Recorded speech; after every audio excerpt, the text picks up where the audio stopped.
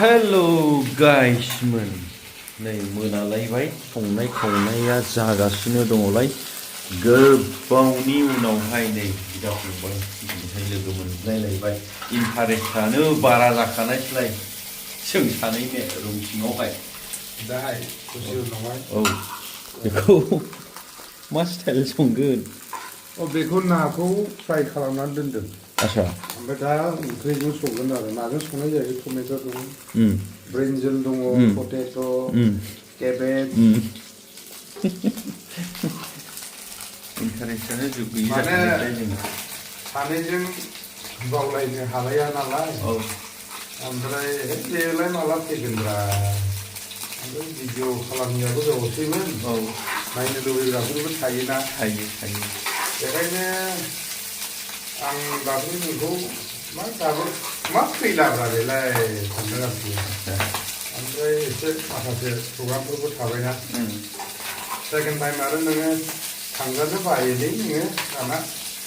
दाखालि एसे एरायखियो होननायखाय आंखौसो बिदि बुंबायना ओमफ्राय दिनैहाय फैनायखौ जागोन दिनैहाय एसे डाइलग बानायनानै नेदोंमोन आं माने फैनायनि थाखाय गोजोननाय थादों आरोखि नोंनिसिम जाखासिगोनलाय जागोन जानांगौ दाथ' खान्थालनि जुग गैया नालाय खान्थालनि जुग गैया बेलेगजों जागोन दा देहाफ्रा मोजाङै दं दा बेखौ रायलायनाङा नों नुदोंना नुवाखै अनेक केमेरा उदैया बिराद फिटआ दंथ' दा जाया माने सारप्राइज आं जे मानो बिदि खालामदों ओमफ्राय आंबो थिगाव फैबाय दा फिटनाव जों दा एखेयाव दंब्रा बेखौ जोङो जाबाय दा मा बुंगोन आयरन फिस्ट होननानै बुङो बेखौ मार्शेल आर्ट्स मोदोमफोरखौहाय फेसेमब्लाबो जायाब्ला गिदिर बेमार जानो आंबो बिसिबां थांनांगौ उदै सानाय बेमार जानानै आं फिटनाव फैबाय आंना ओरैनो मेन्टेलि इलखा ओमफ्राय हेल्थ इज नट वेल ओमफ्राय पलिटिकेलि फाइनेन्सियेलि ससियेलि इक'नमिकेलि जिअग्राफिकेलि मिथिबाय हिस्ट्रिकेलि ओमफ्राय कनस्टिटिउसनेलि थांजोबो माने बेफोर गासिबो बजाय दङ आरो फारसेखिजाय माबाव पार्सनेलि बाव पलिटिकेलथ' थाखाबाय बेजों लोगोसे आरो आयेननि माबाजोंबो आरो खाजाना दोनबावदों आं बा बेसेबां डिप्रेसनाव थायो थारमाने जेसेबां जायै थाबै हजम जानाङो माबोरै होननानै बुंबा उन्दुनो हाला ना आराम देहाखौ रेस्ट होनांगौआवहाय टेनसना नों सिरिमोनबाथाय उन्दुनो हाला ओरैनो खुनुरुखुम since last from 99 to till date now 24 years जाखाबायब्रा माने हरसेयाव 3 hours-नि बारा उन्दुनो हाया हाजार बिल्डिंआव नोङो 5 star 7 star-आव नों बबेयावबा याट्सआवनो नोङो जुबिन थैनाय बायदि याट्सआव गाखोलायना पार्टि जानानै आराम उन्दुबाबो हानाय नङा 2-3 घन्टानि बारा हाया मानो हाया बेखौ आंल' मिथियो माने बिनि माने माबा माबि एलाबरेसन कलाबरेसन माबा माबि थायो दा बेखौ बुंनांगौब्लाथ' बिराद लावगोन बेखायनो सर्ट टाइम बिराद गोबावसैमोन माबा माबि दंमोनखौबो बेखौ दोनथ'नानैहाय इन्ट्रडाक्सनावहाय बेखौ जागायनाय जाबाय दाख्लैनो आंबो फैनाय देवरा ओमफ्राय आं फन हरना नोंबो बहाबा गेलेंफुंनो जय खावनो बहाबा थांनाय मालाबा मा जायोनो सेबटेज जायो मा जानायखौबो सेबटेज जालाय हांथोनो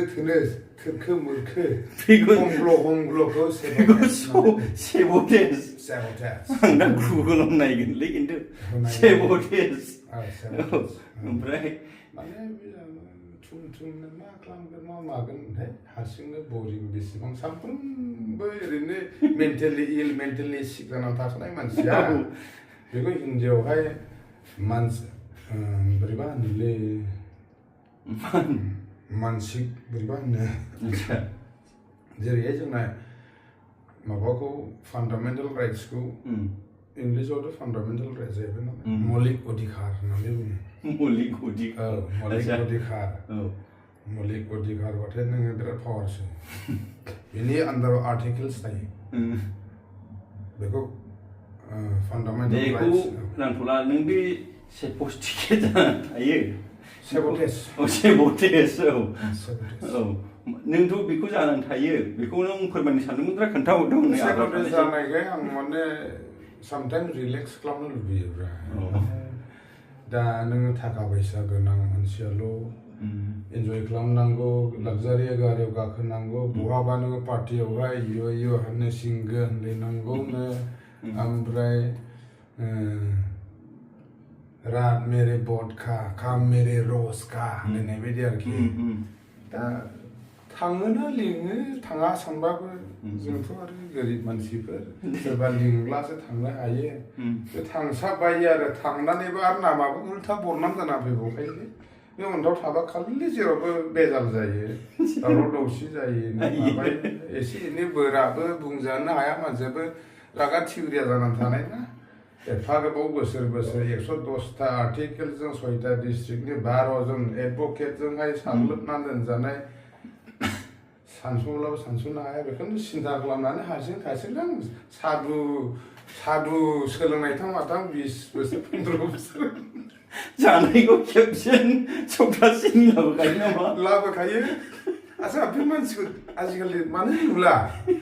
आसलथे why he so silent nowadays silent is the best medicine माने जेरैहाय नोङो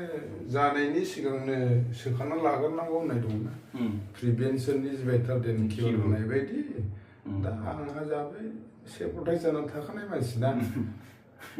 बेखायनो थांदों आरोखि ओमफ्राय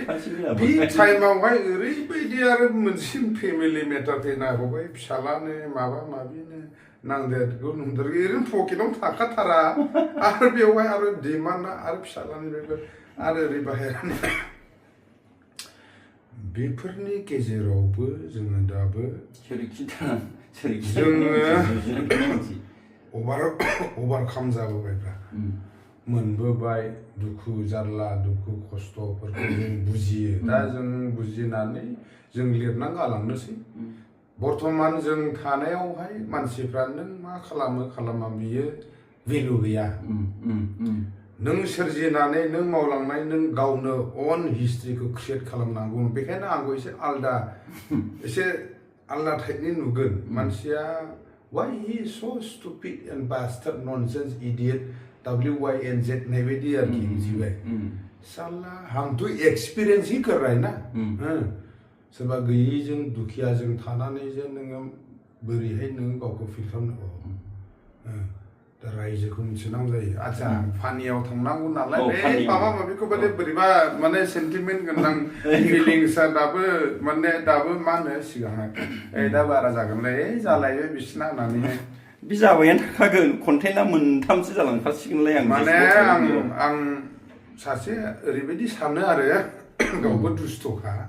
उन्दैनिफ्रायनो 6टा 7टा स्कुल सोलायग्रा मानसि एसे मोद्लाखामोन एसे मानसिया बिराद हस्टेलनिफ्राय आउट जायोमोन आं हस्टेल मोनब्रैनिफ्राय आउट जाखादों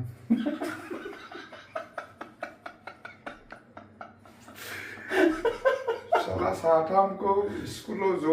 फोरोंहैनायनि ओरैनो लाजिखायो एन्जरफोर थां माथों रिजि रिदां सासे बिमाया थांब्ला आरो फिसालाफ्रा थांनाय माथों जेरावबो स्कुलावहाय माने साथाम दोनै नोंसोर बिदि जानाय नङा हारसिं थानायनि पलिसि खालामो सानैया थाथोंसै आं हारसिङै बारग'नोसै माबा माबि दुस्थ' खालामनानै हस्टेलनिफ्राय आउट जाबाय थायोमोन आं मोनसे मोननै मोनथाम मोनब्रै जाखादों मोनब्रै स्कुलनिफ्राय आउट आच्छा आंखौ लोगो मोनब्ला माबायदि मोनो बेखौल' खोन्थाहरदो दे बिथांमोननो लोगो मोननायखौ आं एक्सप्रेसन होनानैथ' डायलग होगासिनो दङ आच्छा माब्ला बुंनो मोनो जागासिनो दं बाथ्रा बिराद गोबां दं खिन्थु नैबेसो लोगो मोननाय नालाय गोबावजों मा दंमोन बेखौहाय सानसुस्लाबालासिनो बुंग्रोबाय आरो दाहायनिया खिन्थु सिरियास टपिकआ आलदा नेक्स्टनि ब्लगआ नेक्स्टनि भिडिअआ होमब्ला दोनथ'नोसै आनै बेखौ संनांसिगौ दे थेंक इउ दे दोनथ'लायबाय लोगो मोनज्लायलायबायना जोंहा एकदम खुसियानो डिप्रेसनफ्राव थाब्लाबो एकदम साफा थांखाय सानैजों थाबाय दे माने साइक'लजिखौहाय मोनसे माबा बुंबावो दे दोनथ'नि होमब्ला थेंक इउ